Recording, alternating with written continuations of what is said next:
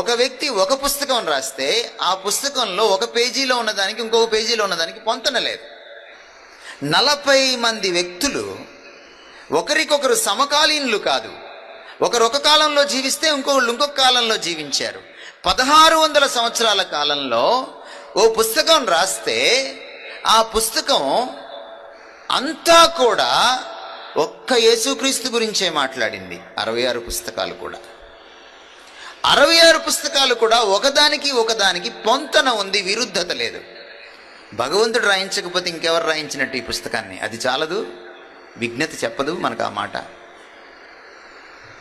ప్రపంచంలో మీరు ఏ మత గ్రంథమైనా తీసుకోండి, ఇలాంటి మత గ్రంథం మీకు దొరకదు. ఖురాన్ ఒక్క ఆయనే రాశాడు, భగవద్గీత ఒక్క ఆయనే రాశాడు, భాగవతం ఒక్క ఆయనే రాశాడు. మీరు ఏ పుస్తకమైనా తీసుకోండి, ఇది 40 మంది రాశారు.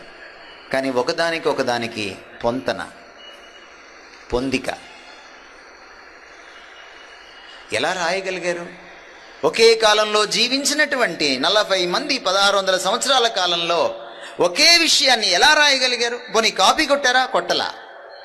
అదే పదాలు వాడారా? వాడలా. ఇలా పొంతన ఎలా కుదిరింది? భగవంతుడు రాయిస్తేనే ఇది సాధ్యమవుతుంది. అందుకనే ఇది దివ్య గ్రంథం.